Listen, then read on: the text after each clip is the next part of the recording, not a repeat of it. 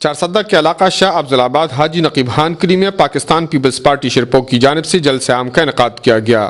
اس موقع پر ضلعی رہنما برسٹر سلطان خان، میر افضل خان، تحصیل صدر ولی محمد، سینئر نائب صدر ملک الطاف، سیکرٹری اطلاعات شمس الاقبال عثمان زئی، محمد ظاہر شاہ اور زیار شاہ سمیت کثیر تعداد میں علاقے کے معززین اور پارٹی کارکنان بھی موجود تھے۔ جلسہ عام کے دوران ممتاز سیاسی و سماجی رہنما آفتاب حسین خان نے اپنے خاندان اور درجنوں ساتھیوں سمیت پاکستان پیپلز پارٹی شرپوک میں شمولیت کا اعلان کیا۔ جلسہ عام سے خطاب اور میڈیا سے بات چیت کرتے ہوئے پاکستان پیپلز پارٹی شرپوک کے صوبائی صدر سکندر آیت خان شرپوک نے تنقید کرتے ہوئے کہا کہ 3 سال گزرنے کے باوجود موجودہ حکومت عوام سے کی گئے وعدے پورے نہ کر سکی۔ ان کا کہنا تھا کہ غلط پالیسیوں کی وجہ سے عوام دہشت گردی کا شکار ہو رہے ہیں اور عوام کی جان و مال کو تحفظ دینے میں حکومت بری طرح ناکام ہو گئی ہے۔ سکندر شرپوک نے کہا کہ ملک کی بقا اور امن کے قیام کے لیے پختون قوم نے اپنا خون بہایا ہے، لیکن اپنے آپ کو لیڈر کہنے والی پختون قوم کی درست عکاسی نہ کر سکی، جس کی وجہ سے لوگوں میں مایوسی اور معاشی مسائل میں اضافہ ہوا۔